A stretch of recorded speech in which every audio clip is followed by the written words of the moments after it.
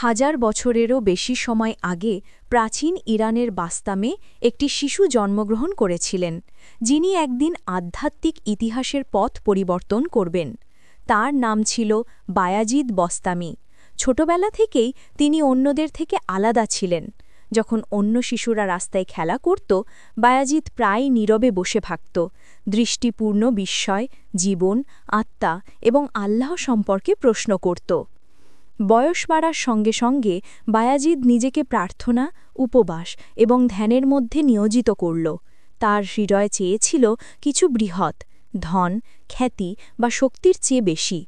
সে এই পৃথিবীর ধন সম্পদের জন্য নয়, চিরন্তন সত্যের আলোর জন্য খুঁজছিল।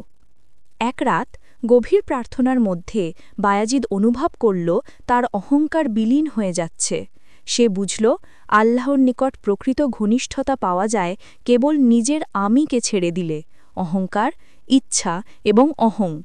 তিনি এই অবস্থাকে ফানা বলতেন, অর্থাৎ নিজের অস্তিত্বকে আল্লাহর প্রেমে বিলীন করা।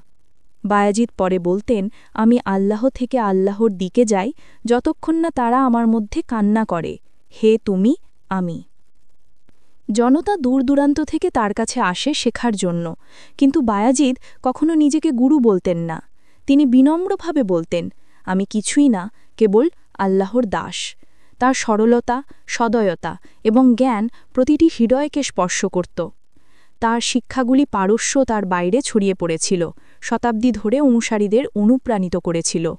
আজও বাংলাদেশে যেমন চট্টগ্রামে মানুষ তার স্মৃতির জন্য নির্মিত মাজারে যায়, তারা তাকে মনে রাখে এমন এক সাধু হিসাবে যিনি শিক্ষা দিয়েছেন যে আল্লাহর পথে যাওয়া ভালোবাসা, বিনয় এবং অহংকারের মৃত্যুর মধ্য দিয়া হয়। বায়াজিদ বস্তামির জীবন আমাদের মনে করায় যে প্রকৃত মহানতা আসে না শক্তি বা ধন থেকে, বরং নিজের আত্মাকে ছেড়ে দিয়ে আল্লাহর মধ্যে শান্তি পাওয়া যায়। তার গল্প অসংখ্য প্রাণকে আধ্যাত্মিক সত্যের পথে চালিত করে চলেছে।